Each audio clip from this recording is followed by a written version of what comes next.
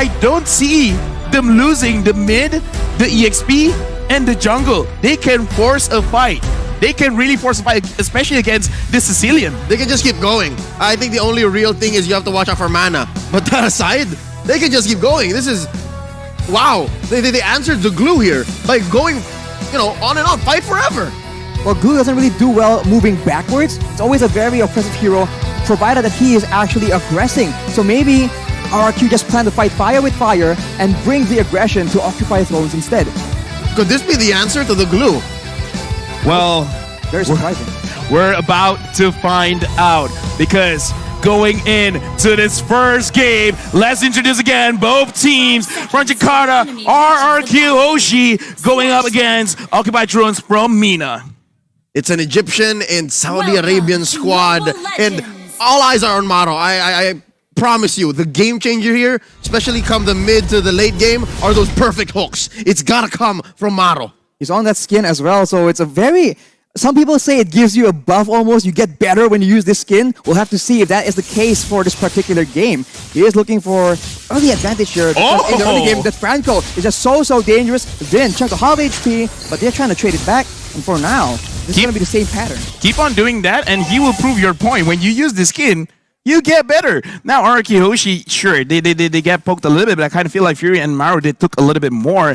Right now, RRQ, they got to look at which part of the map do they really want to control. Same thing with Occupied Thrones, because looking at the map right now, it looks like Terzla is winning against the Glue. I'm not familiar with this matchup, so I can't really say for sure which one will have the better laning phase. Yeah, this could be the precedent. We could figure out if really that Terzla is the answer, or at least this kind of lineup and this approach could be it. We're about 40 seconds away from the first turtle, and there's a lot of pressure on gold lane. RRQ HOSHI given God of Hell. Well, RRQ HOSHI like playing for the gold lane. Skylar is one of the main players that they rely on to carry, and carry, despite being a late game specialist, actually has a lot of healthy damage in the early game. Albert right now will be colliding with Leo, just spawning him out right here in the XP lane. That's where the real fight is going on. Hawk against R7 1v1. Hawk will be finally able to escape, but look at the final blow. He's so low, 1 HP. R7 comes in to secure that kill. Albert in a tough spot, 1v2, but the mobility will allow him to escape.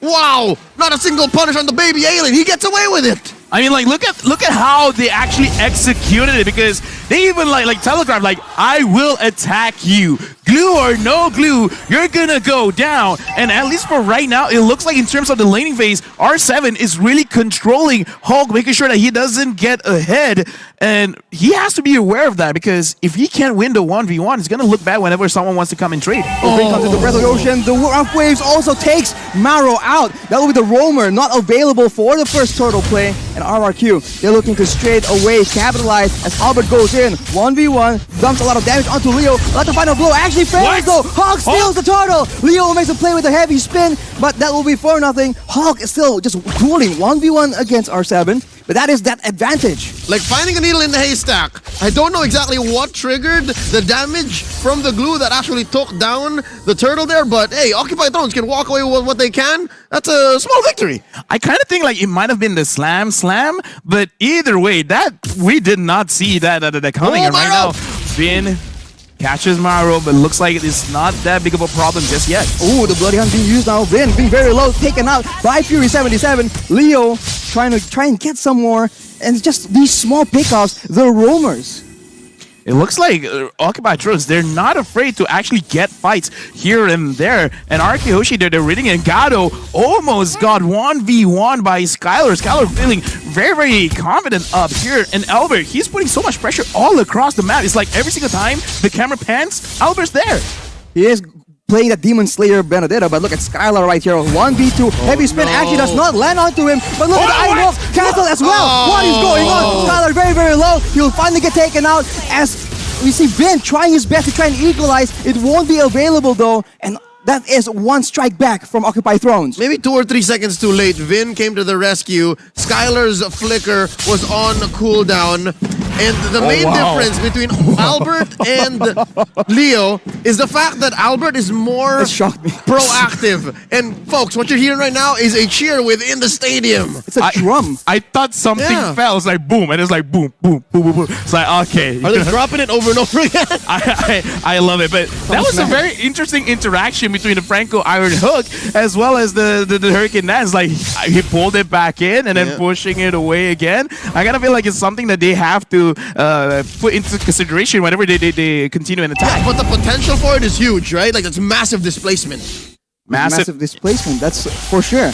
And now with RRQ just circling around this hurdle, they're looking for a way to maybe capitalize on a fight at the same time.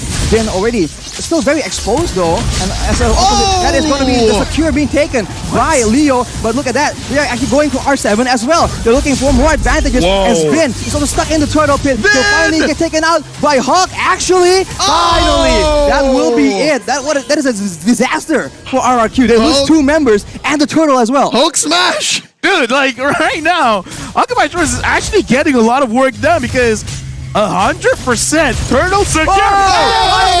Being used by Maro. Skylar forced to flicker out. Finally, he is actually able to survive. That is a dangerous situation. The ultimate sniper cooldown! What's going on here, Leo? Oh man, What's going on? they're almost 2k ahead and they're taking control of the lower part of the map. I don't know if R7 is enough to stop this. Oh, he goes all in. He finally takes out Fury 77, and Hulk tries his best to try and turn it back. He is just way too low though. The torrential damage is insane. But on the other side, the rough ways from Vin will be able to take out Maro as well.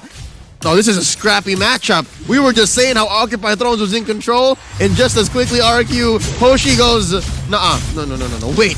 Hey, now this is a game, right? Fights on fights on fights. Yeah. This is Arashi's home, guys. Like, I like violence. Don't you like violence, Arashi? Early game tempo, man. This is the exciting gameplay we've all been waiting for. Answer the question. Do you like violence? I love it, man. Looking at the items, is there enough here for Occupy Thrones or even Hoshi to have violence on demand? Right now, I'm looking at Violence on Terizla. demand. I'm looking at Terizla. He's being very, very aggressive because he has the Fury Hammer as well as the Flawless Axe. So it's like, yeah, screw defense. We'll build that later. I want damage right now. I want to make sure that I can get advantage on his glue. I will heal by hurting others. Yeah. Vin goes in. He's forced to actually use the rough waves though. He's stuck in a tough situation, alone all the way on the side. That will be a kill for Occupy Thrones as RRQ. They go for a bit of a weird fight as the turtle is actually spawning. And what's weird about it more is it's a 4v4. And in a 4v4 like that, given that there is a Franco, Occupy Thrones is way ahead. Yeah, right now, Occupy Thrones, it looks like they're starting to read what RRQ is all about. Albert taking a lot of damage, and I kind of feel like that's kind of what's happening towards the entire game, where he's everywhere, but everywhere he goes, he gets hurt. And Gato just finished his Berserker Fury, and for Leslie, that is a huge power spike. Ooh, Albert goes in with the final blow, trying to make sure he secures that turtle. It will not be secured. It's taken by Leo yet again. He will pay the price for it though, as Hulk just zones everybody away. Look at the Iron Hulk being used by Maro. Skylar in a tough situation, but he's still alive. He's still alive and doing a lot of damage for RRQ. And he is actually forced to back away, but RRQ, they clap back from that play. So close. There could have been more that Occupy Thrones done with that kind of engagement. I had my eyes on Maro, and he had his eyes on Skylar, and it was so close. He could have taken down RRQ's gold laner. My eyes were everywhere because that was a fight, and right now it really looks like, you know what, glue has to be perma-banned, man, because we're gonna look back at the instant replay to really understand what happened just now, where the fight around mid, Leo again, right now 100%, turn the secure rate for Occupy Thrones. Hulk really goes to the backline, making sure that not enough damage is there. The Fury 77, he was left alone. So it looks like both teams have the same idea. Go to the backline. Right now, Hulk is getting attacked. He is bursted down, but he is able to escape. But Albert is making chase. Unfortunately, the regeneration is way too much. Now RRQ, once again, trying to establish a foothold in this game.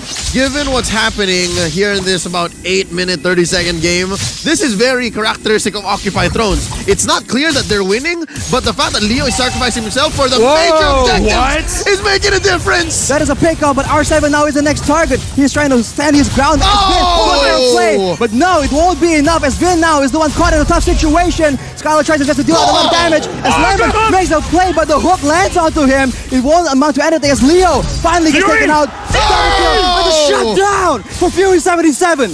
Arashi, the violence, the carnage. Look at all the bodies underneath tier 1 in mid. And Occupy Throne stands tall. Yo, Leo, we gotta look for their coach, man. What happened between then and now? Like, all of a sudden, they just, like, woke up. It's like, we're ready for RRQ HOSHI because that fight, it wasn't clean. But that's the kind of fight I like to see. Fury 77 actually kiting things up. And Let's go to Albert. Maro, what? Buy this skin! That is very, very By the dangerous. skin. The skin difference, man, is just making it so obvious. And if that lands at the right moment, whew, that could have been really, really disastrous for RRQ. All right, so far, key for RRQ to regain control is vision. I think they need to watch out really for where Maro is and the angle that Leo is coming at. These little base by Vin. Oh, Iron Hook again! Suppression is being used as well as Vin will be taken out without being able to use any of his spells. And RRQ has forced to back away from this Lord. My analysis is, yes, buy this skin.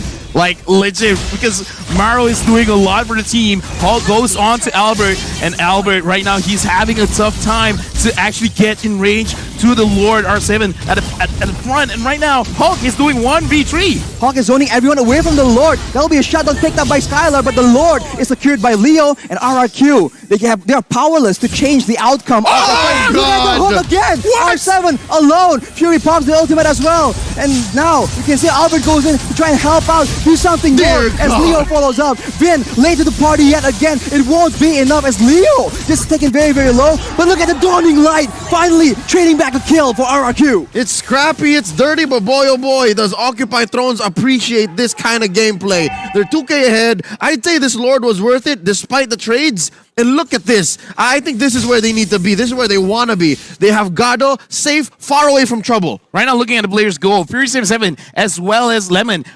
1,000 gold difference between both mid laners. So right now, Lemon has to find a way to get a little bit more gold onto his hand so that he has extra damage going on to the side of Occupy because, again, the Dawning Light secured the kill. Perfect. Amazing. But right now, they need a little bit more DPS because Skylar can deal the damage, but every single time he goes in front, he has to be careful because with Maro hitting all these hooks, that's amazing. Being used by Occupy Thrones, though, looking for an opportunity. Albert goes in to clear the Lord, but look at the side lanes. Leo already putting Vin away. He's suppressed as well. That's all the damage. But look at the combo traded back. Maro gets taken out. Both warmers down as Skylar jumps in forward aggressively. Albert as well chunked down. And look at the HP. 1 for Leo. One, Grandma! One! But look at down bottom. All was worth it because Hulk was pushing away at tier 2. no. Albert, baby alien! No. Baby alien! He's going to be He's fine. covered by R7. That is a very, very close situation, but Albert makes it out alive.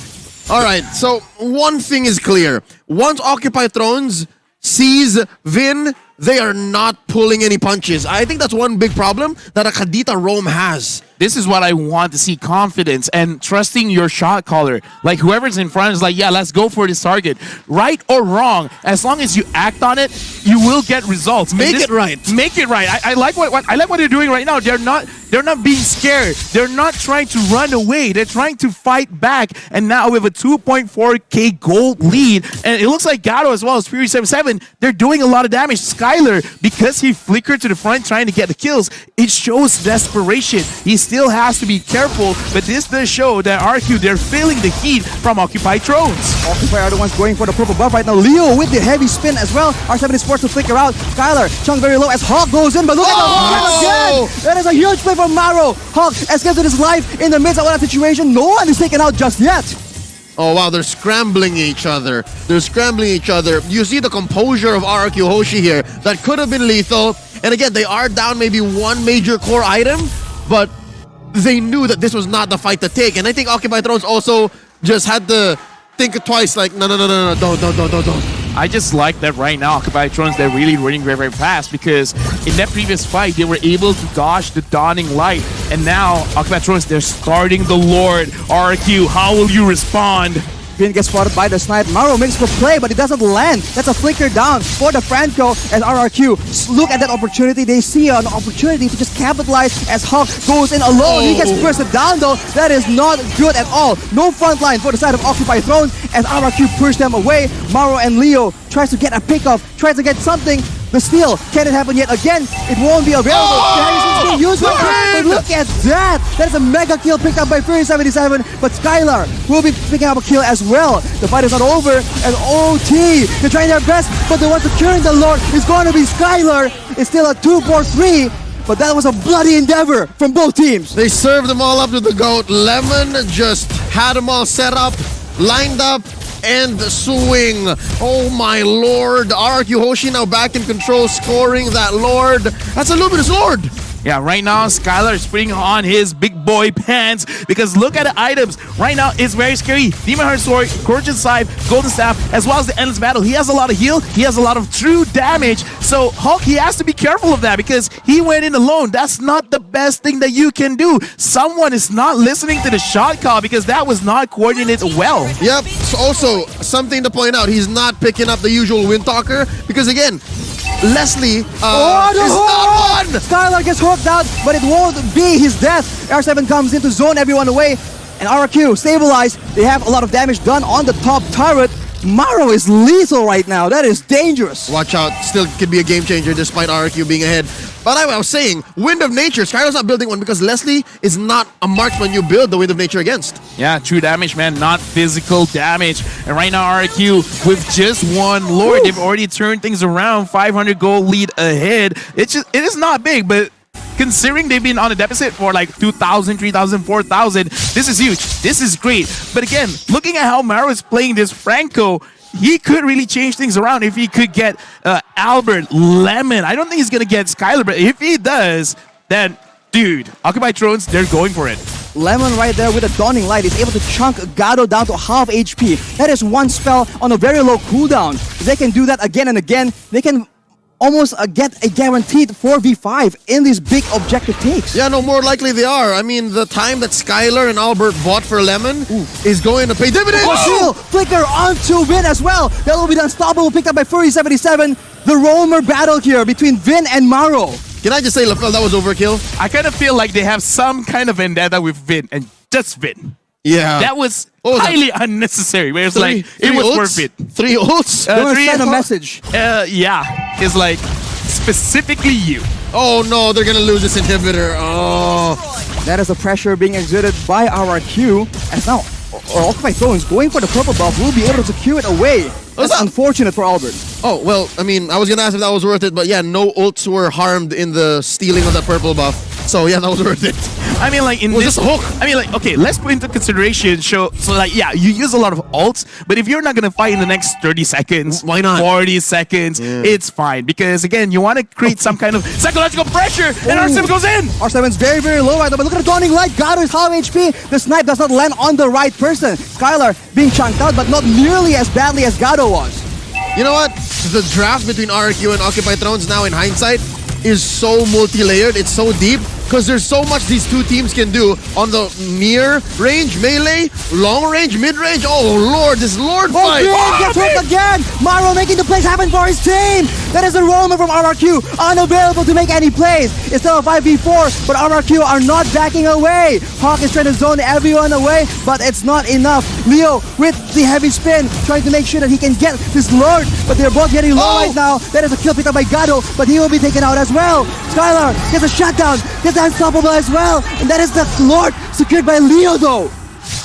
Skylar is doing work, man. I mean, Leo, good job to you, man, securing the Lord, but still, is that gonna be enough? Because in the later stages of the game, it almost doesn't matter if your entire team gets wiped out. It's just 2. But the thing is, the 2 that got hit was the damage dealers. And right now, we're gonna look back at the replay because a lot of things happened. So let's break it down in this instant replay where the fight around the Lord. Look at Leo. He's taking a lot of damage from Skylar, and Skylar is really waiting for everyone to come to the front because he's like, I don't have to force this. Flickers in, goes on Fury, and this is the game changer. Skylar is baiting. Once he sees the bait has been took, he goes in front. He doesn't care. He flickers and he gets the kills. So it's an alley-oop again, like what happened with Lemon earlier on during RRQ's comeback. It's the same story with Skylar. But dare I say, in that moment, in that instant replay, my eyes were on the 6'5" Egyptian, the jungler from Occupy Thrones, Leo. He was on point.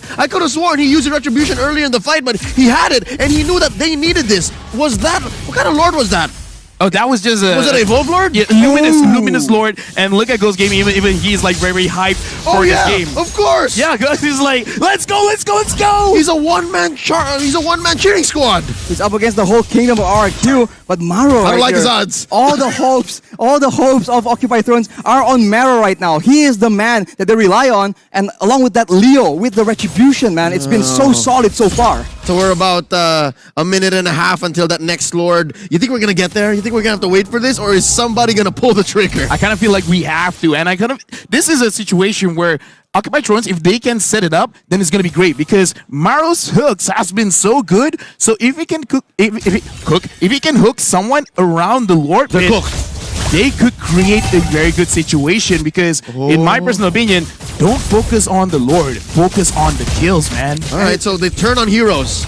It's so dangerous right now because both teams can scout right here. Lemon with the Dawning Light and Gato with the snipes right here. That is exposing everyone and allowing Vin and Maro to attempt that play. Unfortunately for Occupy Thrones, the Franco engage is just so much more dynamic. It's so good. Look at Albert. I think this is the one game changer. Leo has to always be with his team to make that play. And again, that's what I'm saying about Albert since about minute 3 or 4. The Benedetta is the proactive one. Yeah. The Akai has to answer back. The Akai, you can see his plan from a mile away. Yeah, right now, going back to the keys to victory RRQ, they need to use their experience, and they're using it well because they understand that with the draft coming in from Occupy Thrones, they have to sacrifice one lane. And what lane it is, Albert will go and attack it. And Skylar, he's been in so many fights in his life that he understands that because of the short range of the carry, you can't be too aggressive. But the moment he sees certain skills have been used, then I'm gonna go. If you catch me, catch me. But I will die, and I will bring most of you with me. Yeah. And look, now they've started it. RRQ HOSHI made the call. Ooh, Iron Hook does not land right here, so RRQ still have a lot of options to play around with. Vin looking for a chance in the side, looking for a pick of potential. Leo is in position though to try and make this a very difficult contest. The Retribution battle has not been favoring RRQ, so Occupy Thrones are very happy to make the plays happen. The flicker is being used. Unfortunately, the hook does not land. That is massive for RRQ. You can see they move in a more aggressive manner. Pay attention to Vin. Look at him. He's trying to make sure he gets the right play at the right time. They see him though. Conceal is being used, but he's suppressed. He cannot make the play happen. That is him taken out of the equation. And now Occupy Thrones have the chance. Leo goes in, but the Immortal has been popped because Skylar is doing way too much damage. Lemon takes him out, but the Lord is taken by Albert. Fortunately for RRQ, one man down from both these teams, but that is very, very valuable for RRQ right now. Lafel, you said it right. At the end of the day, whoever turned on heroes first and whoever makes that call will win the fights. And RRQ HOSHI, they did just that. They baited out the ults first, and then eventually, yeah, you can separate Skylar from us, but the call is still there. I actually like trading Vin there because he gave vision. He gave enough damage to Gato because if you look at his playstyle, if his HP is below 50%, he will not commit. And because Gato was not in like 2/3 of the fight just now around the turtle pit, around the Lord pit, RRQ HOSHI really took that advantage. Like, yeah, kill Leo, get the Lord, get Prophet, and right now, can they actually survive with RRQ here pushing with this evolved Lord?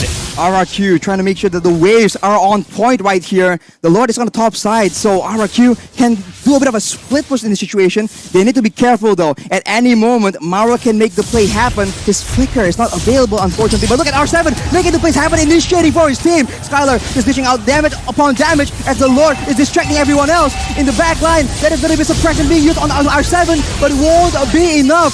Both teams just going all in all. With the trunks is coming out again and again. The rough play will save Vin, but Skylar is still devastating, doing all the damage possible. Hawk is alone. He won't be able to save this game for his team. RRQ, they reign supreme.